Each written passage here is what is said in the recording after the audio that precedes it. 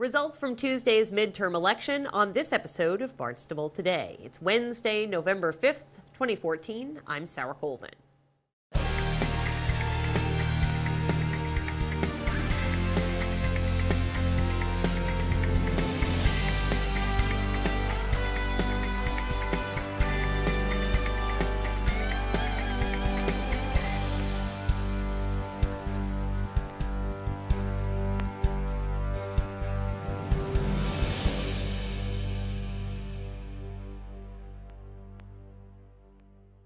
Barnstable voters turned out in high numbers at the polls this Tuesday. According to unofficial results from the town clerk's office, 18,719 voters cast ballots on Tuesday, representing just over 57% of registered voters. Voters elected a new governor, Republican Charlie Baker, and re-elected Congressman William Keating and Senator Ed Markey. This morning, Len Gobeil and I discussed the results of Tuesday's election. All right, so let's go.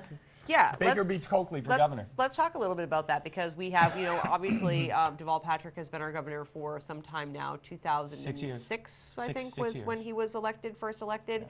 Yeah. And it's funny. I will always remember that because that was when I was a brand new reporter working for Cape Cod Broadcasting, and one of my first assignments was to go cover when Deval Patrick got elected. Right. He held inaugural events all across the state. Correct. And he had one here in Hyannis, and I remember going to it and being all excited because I got to interview the governor, and how cool is that, So anyways, don't know if Charlie Baker is going to do anything like that, but he did win last night, beating Attorney General Martha Coakley.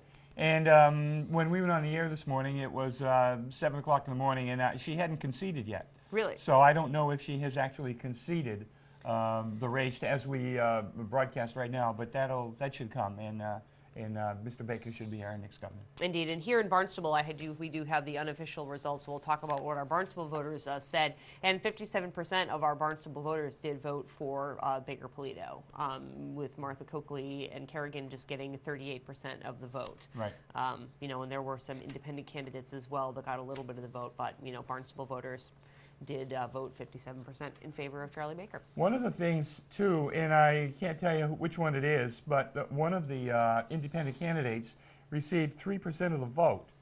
And Jennings Falchuk, I believe it was, received 3% of the vote, which now means his party is now an official party, and he can run again if he wants.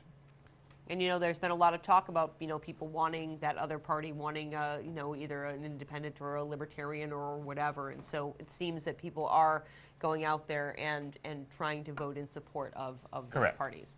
Correct. So let's move on a little. What do you want to talk about next?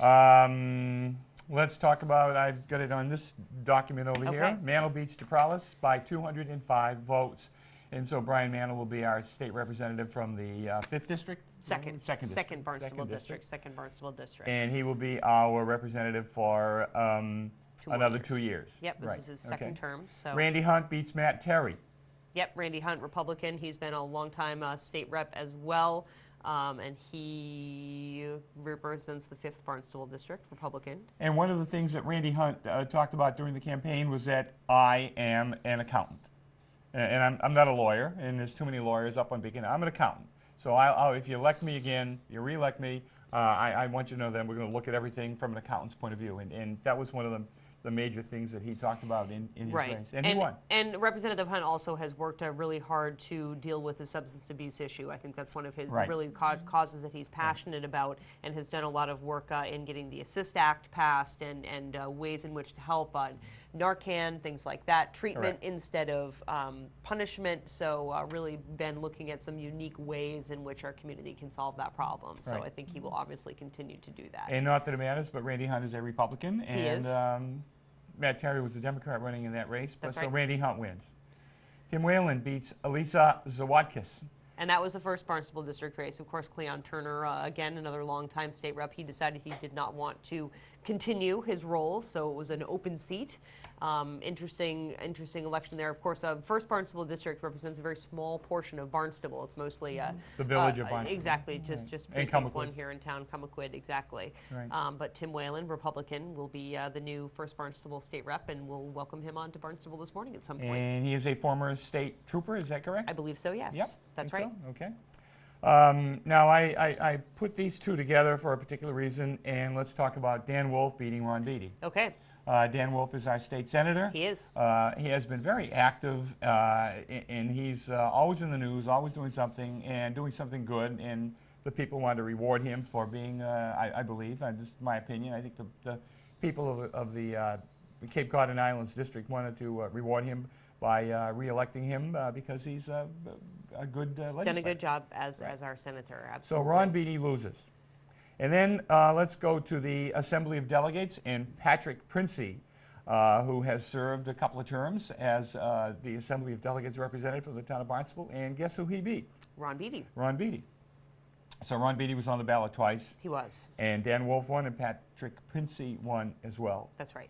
Now let's talk about our United States representative from Cape Cod and the islands. The 9th and District. It actually goes a little bit further north than that. I think it goes up into the Plymouth area. I believe so, yes. Yep. Bill Keating beat John Chapman. That was a very close race. It was a very close race. It really Not was. decided to the wee hours. Indeed, and I have to say, I do a lot of radio listening and heard a lot of ads, a lot of John Chapman ads for the past 3 months, I think. Yeah. I've been hearing a lot of those ads, so certainly he ran a tight campaign, but our 9th District Congressman will continue to represent us in Washington. And this is the first time that Bill Keating gets re-elected. That's right. So he has been serving for 2 years, and now he will serve an additional 2 years in a Congress, which we don't talk about, that is dominated by Republicans, as will the United States Senate be Yes. dominated, well, maybe not dominated by Republicans, but they're going to have, The majority. I think, the majority, and that'll be interesting to see how that goes. We have a new county commissioner, of course. Bill Doherty, longtime commissioner, has stepped down, and Leo Kukunis won that race. That was actually kind of a surprise, to me, at least. I'm glad you said that because I was going to say the same thing. Now, I've known Mark Forrest for a long time. I know you have known Mark Forrest for a long time. Mark worked in town of Provincetown for a while, and then he did a number of other things. Aide to Bill Delahunt. And then he was an aide to Bill Delahunt for a long time. Teaches at the college. Teaches at the college, and I really thought that with his connections in the entire Cape Cod, the county of Barnstable, that Mark Forrest would win that race, but Mr. Kukunis is well known. Yes. It's not like he is an unknown. He is well known. Very well known. He's done a lot for the county. Former member of the Assembly of Delegates. A member of the exactly. Assembly of Delegates. He knows a lot of people, been around the Cape for a long time. And so Mr. Kukunis beat Mark Forrest. That's right. All right, Lenny, we are running out of time, so let's get to those ballot questions real quick before we have to say goodbye. Casino gambling stays. People said, yes, we want the casino gambling. Increased fees for the water bottle issue. That was defeated. That was not a surprise to me. I think that, whereas we're very used to paying that 5-cent deposit on carbonated beverages, I don't think people wanted to pay anymore, and obviously they didn't because that's how they voted, so no bottle bill. That, by the way, this was a state mandate, not a state mandate, but a state issue, so we're talking about the entire state Yes, voting the entire state, exactly. against this.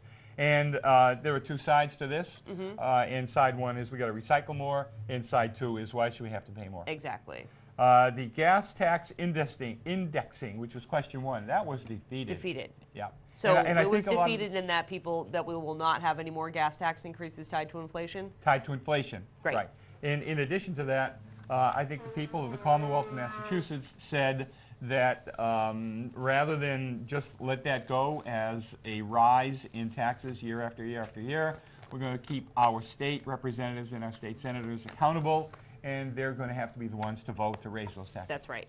And paid sick leave for those people who don't have paid sick leave, that is now, or will be, as soon as it's official, will be law in the Commonwealth of Massachusetts. Earned sick time one. I know that was an issue that Cape and Island State Senator Dan Wolf worked very hard on.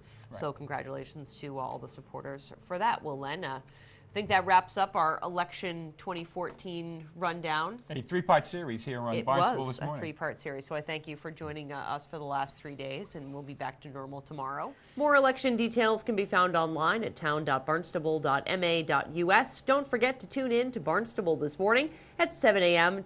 Thursday morning. Town Council President Jessica Rapp-Rossetti leads off our program with a rundown of the orders of the day for tomorrow's Town Council meeting. Barnstable This Morning, weekdays at 7 a.m. right here on Channel 18. For Barnstable Today, I'm Sarah Colvin.